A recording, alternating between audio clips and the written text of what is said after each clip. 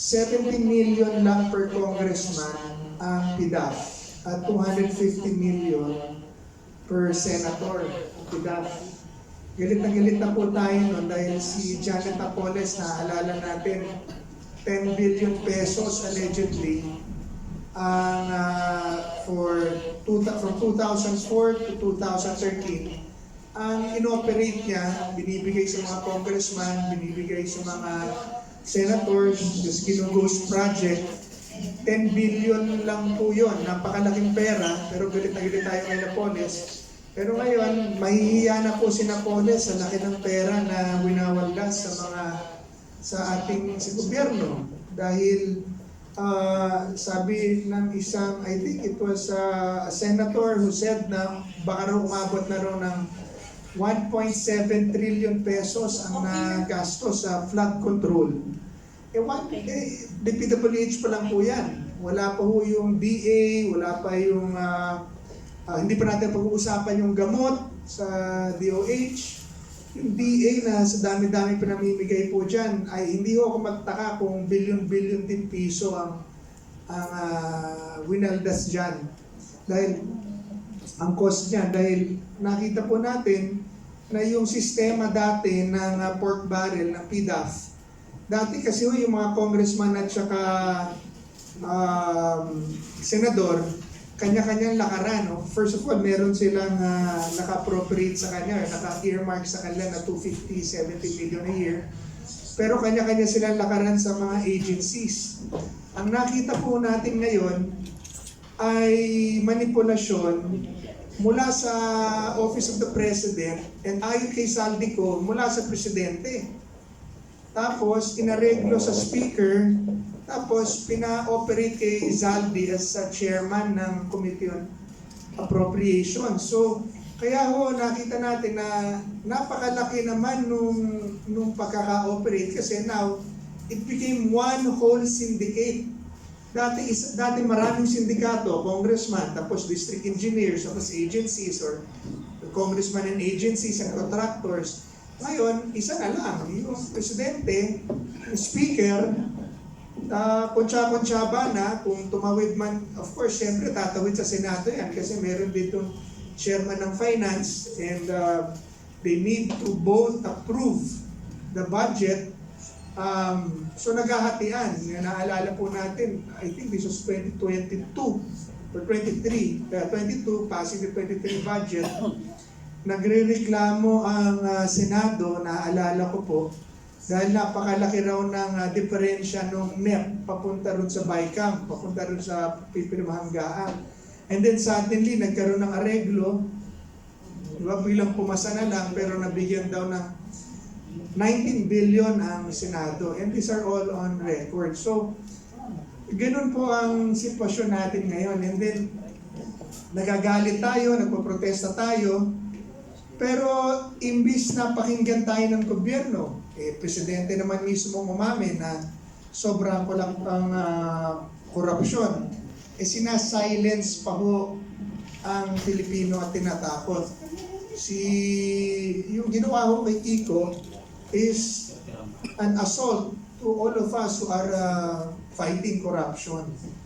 And then, ikulong kung ikulong, patayin kung patayin. Pero yung damdamin ng Pilipino na labanan ng korupsyon at abuso, hindi ho nila mapapatayan. And I think there's more yet to come. Wala nga nagprotesta ng INC, nagprotesta ng Romano Katoliko, ngayon po nag-uusap-usap ng mga Christian groups and they're inviting me na they will give their positions themselves. I mean, the whole Philippines is already crying for change. And ayun panawagan natin sa gobyerno, meron pa 3 taon kung talagang may pagmamahal kayo sa bayan at sa ating Pangulo, kung talagang mukhang hindi ka naman talaga bababa. Diba? So kung hindi ka bababa, gawin mo na lang po ang tama. Diba? Una-una, pakasuhan mo lahat at paghuli, pakulong. Lahat ng nag-abuso, kahit insan nyo po, imbestigahan nyo, huwag nyo itago. Pangalawa, magpa-imbestiga ka rin if you want ma-restore ang tiwala ng tao sa gobyerno, magpa-imbestiga ka din. Pangatlo, kung ako po sa inyo, kung ako sa kanya, or ayoko naman magyabang, pero if I will advise the President today, sasabihin ko, sabihan mo na lahat ng contractors, congressmen, and officials na nagnakaw sa flood control, na ibalik ang perang ninakaw sa loob ng 3 araw o kakalubusuhin mo sila. Pag ginawa mo yan, magbabalik po yan. Magbabalik yan. At baka may masmasan ng konti ang tao sa nangyari. At pangatlo, tigilan nyo na po yung pangaharas sa mga nagpoprotesta ng korupsyon dahil lalo lang nagagalit ang tao.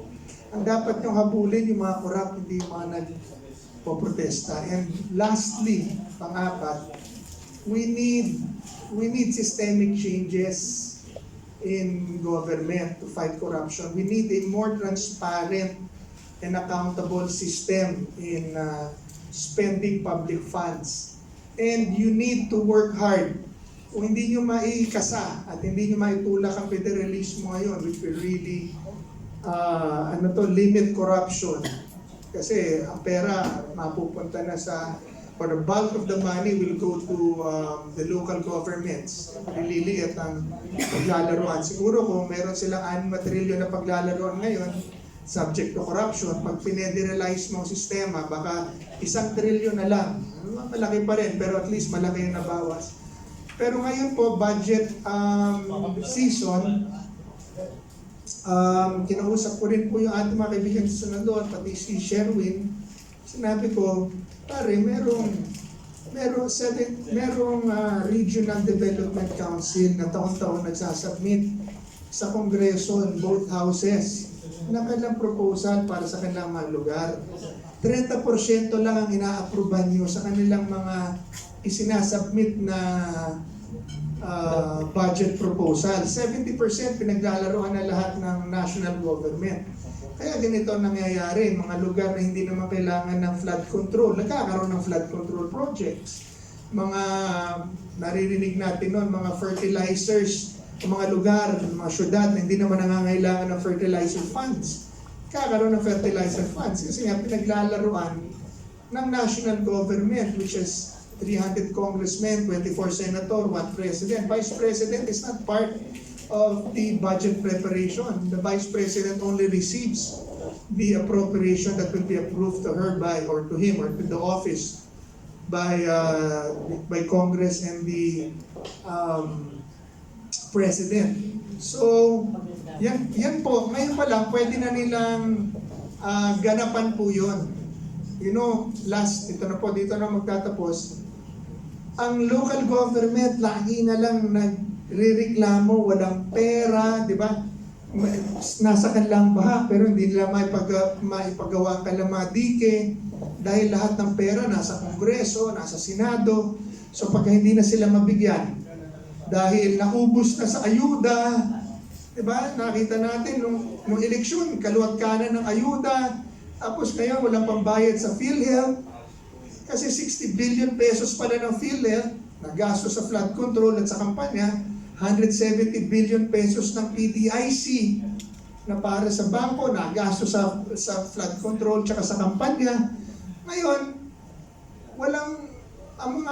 ang mga ospital ayaw na tumanggap ng guarantee letter dahil wala na raw pambayad ng PhilHealth. So anong kalokohan to? I mean, ano pa ang kailangan natin gawin? Kaya nga sinasabi ko sa ating Pangulo ngayon, Pangulong Marcos, hindi naman kalabisan po siguro, nahingi ko sa inyo, na kung hindi naman kayo bababa, sabi gawin nyo na lang po ang tama. Sundan nyo lang ang batas, sundan nyo lang ang salingang batas.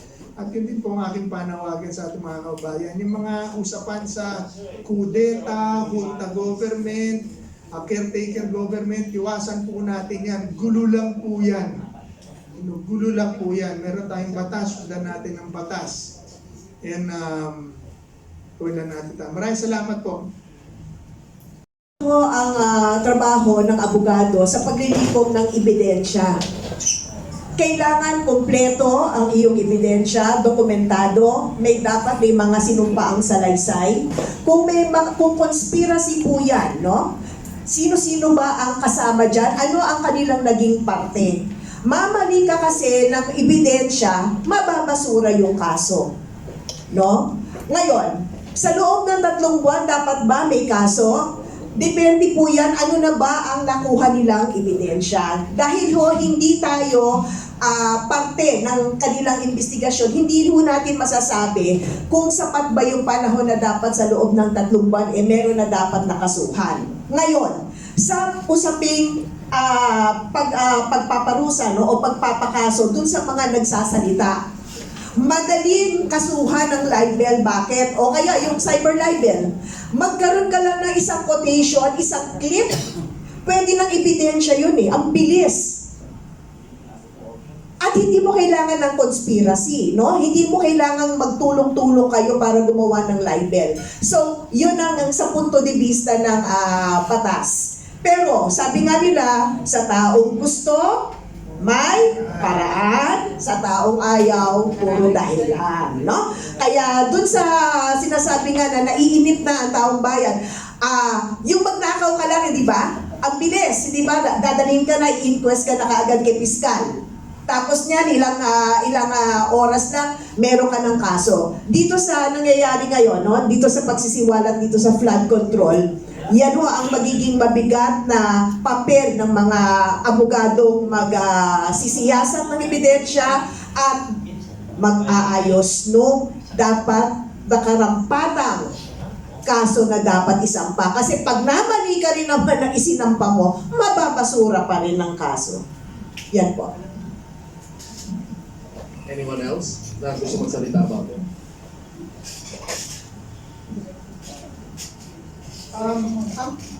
Sa naranasan namin ni Attorney Yvette yan sa PACC, talagang tambak po ang kaso. No? So, there are cases kasi na pwede mong i-prioritize simply because yung public demand.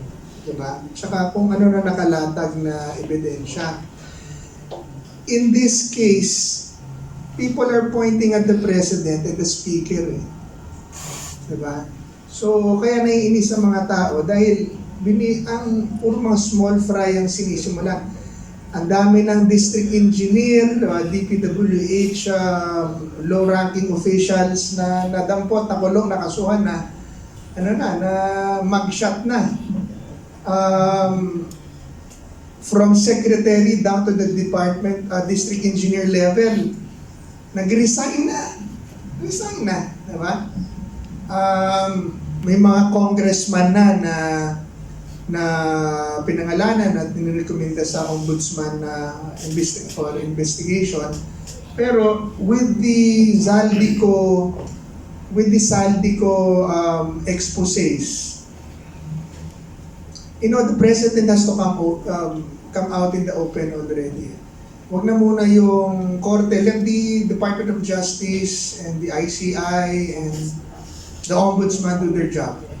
Pero yung para sa tiwala ng tao, public office is a public trust. No, wag muna doon sa korte para sa tiwala ng tao. Ang Pangulo na dapat ngayon ang lumabas para magsalita at sagutin yung mga sinabi ni Zaldi at dalhin ang kanyang mga dokumento at ebidensya. I will go to the wag na ako. Diba? Maybe he can go to the Senate Blue Ribbon Committee para doon siya magsalita, marinig siya ng lahat, and allow the senators to question him para marinig ng publiko, and he can call up the ombudsman and ask the ombudsman, do an impartial probe on my office. Para sa ganon, alam na ng taong bayan kung ano ba ito sinasabi ni Zaldico na nag-deliver siya ng 25 billion pesos sa bahay mo. Tapos ano pa itong 100 billion pesos na insertion sa sinasabi mo? Dahil hindi po yung sabing insertion. Ito ang sinasabi ni Saldi. Nilabas si Saldi naman sa kanyang Facebook yung mga dokumento. Sabi niya, hindi akin yan, akin yan. So, makikita naman po yun sa pagka sinimulan nila Dante Marcoleta, sino titingin dyan. Yan, sila, tawagin yung mga abogado at mga angkowang.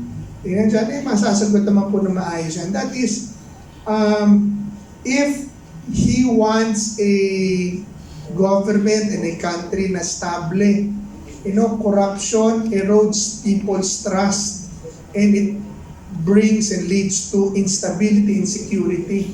Kaya ang ating bansa ho, ang gulo-gulo ngayon, di ba? Bagsak ang credit rating, bagsak ang investment, there are threats of destabilization, kasi nga ho, wala yung tiwala. And that's what corruption does. So, sa akin, bago tayo pumunta doon, the lawyers will know what to do. Pero as a leader, as the president, who is staying there all because of trust. Trust lang naman ang mandato nila. To regain that trust, he has to answer directly the allegations that was hurled against him by Zaldico, who was their operator. Bakit significant at important at weighty ang sinasabi ni Zaldi? Because he was the chairman of the Committee on Appropriations, kanang kamay ng speaker na pinsan niya. So all these statements they are corroborating together with the statements of other congressmen and DPWH officials from secretary to undersecretary to the district engineers to the contractors. It is all corroborating na ang operator was Sandy and the names of Martin was being mentioned, and now their operator na itinuturo nilang mastermind who does not have that power all in to manipulate the budget in Congress. Sabi, hindi, nag-deliver ako sa inyo ng 25 billion pesos sa bahay mo. Tapos, hindi, utos sa akin ni speaker to, utos to ni Amina Pangandaman, utos nila lahat ito nag-confirm ako sa kanila. He has to answer that. Yun po ang palagi kong hinahanap ng tao ngayon. Diba? Yung kaso, let go through its process. Pero ngayon harapin mo. Kaya nag-rally si INC, kaya nag-rally si Romano Katoliko. It's not about the case. It's about the lost trust. Kaya sabi natin, no trust, no mandate. So you're occupying a position that no longer really belongs to you. Yun lang po. Dagdagan ko, Karob, no? Ako, dito ko talaga totoong namimiss yung leadership ni Tatay Digong. Kasi 100 days walang nangyari. You remember si Tatay Digong, nagkaroon ng issue about the Bureau of Customs na mga tiwaling opisyal. Ano bang ginawa ni Tatay Digong? This is about political will, ano? Ano ginawa niya? Lahat ng mga na-involved sa kahit wala pa yung kaso na naisampa, na nandoon na sa report yung tungkol sa kanila, tinawag lahat sa Malacanang at dinivert sila, di ba? Tinanggal sila from the Bureau of Customs, pinapa-report sila sa Office of the President habang ongoing yung kaso. This is what President Marcos should be doing sa lahat ng mga na-involved. In fact, sa simpleng pag-issue ng whole departure order sa lahat ng mga lahat ng mga involved. Hindi naman natin ito sinasabi na kasi iwasan mo na makalabas mula sa bansa lahat ng involved. And if he has a political will, it can be done. Nagawa nga nila, di ba, na si Tatay Digong ay mapaalis sa Pilipinas. Bakit hindi nila magawa na i-hold lahat? Ilan na yung nakaalis mula sa bansa na mga kongresista, mga taga-DPWH, di ba? Dahil hindi binigyan ng diin ang pag-hold sa kanila para makalabas ng bansa. The mere issuance of the whole departure order with strict orders na hindi talaga palabasin sa bansa yung mga involved dito sa korupsyon na ito ay pwedeng gawin ng ehekutibo. Ibigay lang ang order sa Bureau of Immigration. Anong nangyari nung umalis si Bunuan? Nandito nasa watch list lang daw, di ba? So, nakaalis si Secretary Bunuan dahil hindi in-implement yung kasi ang nakalagay lang daw sa kanya is just in the watch list. I don't know with the lawyers, pero para sa akin, if the president orders and make an order na lahat ng involved na mga pangalan, pwede niyang ipa-hold departure order ang mga ito, o kaya for temporarily ay hindi nila pwede magamit ang kanilang pasaporte, no? Pwede ito kasi involved ito sa malakihang korupsyon. Hindi naman ito milyon-milyon. This is already plunder kasi this is more than 50 million ang involved na mga amounts, and that's already plunder cases na dapat ang involved sa kanila dyan. So political will, and kung titingnan mo, kahapon lang, di ba, na nag-resign si Singson as member of the ICI. This is already proof na hindi effective ang ICI. Dalawa na sa kanila ang nag-resign. Unang-una si Magalong, pangalawa si Singson. If they believe in the ICI, if they believe that what they are doing can change the lives of the Filipinos, they would not resign. Pero sa tingin ko, nakita nitong mga tao na ito na walang patutunguhan ng ICI na investigasyon kung kaya't sila ay nag-resign. You know, it is a privilege to be placed in such a prestigious ICI kasi wala nang ang PICC. Pero, di ba, kung ikaw pinili ng Pangulo to do something that would make a great transformation for the country, hindi mo to bibitawan. And these are individuals na hindi naman basta-basta. These are individuals na merong mga pangalan, merong pinagdaanan sa buhay, at merong mga proven track record. The fact that they resigned, that means surrendered na sila, na wala silang magagawa dito sa ICI. So ang suggestion ko kay Pangulong Bongbong Marcos, buwagin mo na yung ICI at magtrabaho ka ng maayos, ipakulong mo na yung mga dapat makulong at huwag mong palabasin ng bansa. Sige, si Kapeli muna. Okay, again, dudugtungan natin yan. Ang importante sa isang leader or liderato, ang laging titignan mo dyan, kredibilidad, integridad, yung kanyang accountability, at syempre, kung anong klaseng pamumuno meron. Ngayon, tungkol dun sa mga taong nabanggit ko, kahit hindi under oath kung talagang gusto mong bigyan kagad ng isang agarang pagpapakita sa sambayan ng Pilipino na ikay talagang gusto mo rin makamit yung katotohanan para sa ikagaganda ng bayan at magkaroon ng isang magandang resulta, yung paghahanap natin ng kasagutan sa korupsyong naganap sa ating bansa. Hindi mo pipigilan. Without reservation na lahat. Bakit? Yung oras mahalaga. Habang pinapatagal mo, nagtataguan lang yung mga yan. May mga tumakbo na, may mga nagpunta na sa ibang bansa. Parang binibigyan mo lang ng oras sila para makapagtago. So kung talagang ikaw ay inosente at talagang bukal sa iyong puso na magkaroon ng justice yung mga nagaganap sa ating bayan, na syempre, you cannot deny kahit hindi ikaw ang gumawa. Lahat kasi as the head of the Philippines, ng ating bansa, ikaw lahat yan. Ganun po, hindi mo pwedeng sabihin, hindi ako siya. Sasabihin ng tinuro niya, hindi ako siya. Anyway, ando na po tayo sa parteng yung dumaganap na bendalo. Nabibend nga nila yung law, hindi nila ibahin para mas-simplify, na masolusyonan ang laganap na korupsyon sa ating bansa. Sa papaano pamamaraan, lahat ng involved.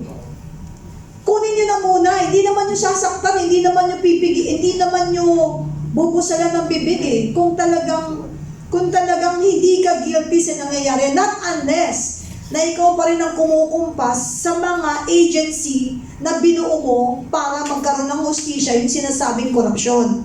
And why is it, yung mga naging kinatawan, yung sabi nga ni Ka-Astra ng ICI, makikita mo talaga yung klase ng tao.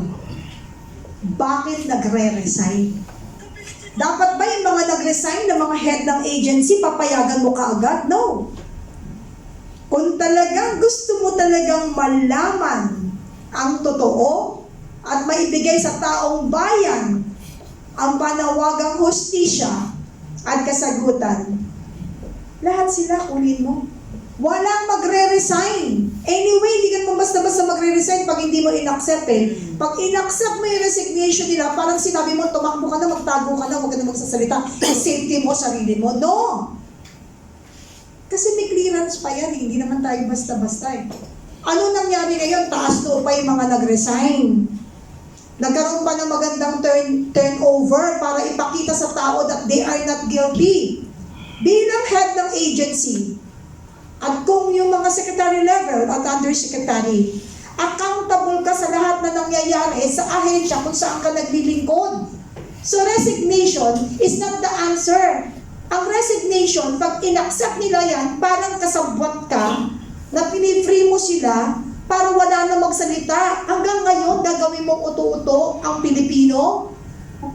Hindi pwede yun. Resignation is not the answer para sa ating panawagang hustisya sa laganap na korupsyon sa ating bansa. Humarap kayo sa taong bayan. Accountable kayo sa lahat na nangyayari. Kahit sabi mong hindi ikaw nagnakaw. You must know as part of that agency na naging involved sa korupsyon. Yung lamang po. Kanina na-mention ni former Commissioner Greco that this is really a matter of urgency. Kasi nga, di ba, parang ang unang naaapektuhan dito is actually yung trust na nag-e-erode. And it's not only limited to like political instability, already we are seeing the impact economically as well. That's why it becomes very urgent. And yet, nakikita natin, may mga testimonies naman, may mga lumitaw that are actually pointing direct to the President, but ginagamit yung mga legal technicalities to actually dismiss, if not, or at least delay, no? Para talagang mahanap yung truth. So ang question po natin dito, meron po bang kahinaan yung batas natin or are we just being selective in terms of, i-enforce yung justice natin?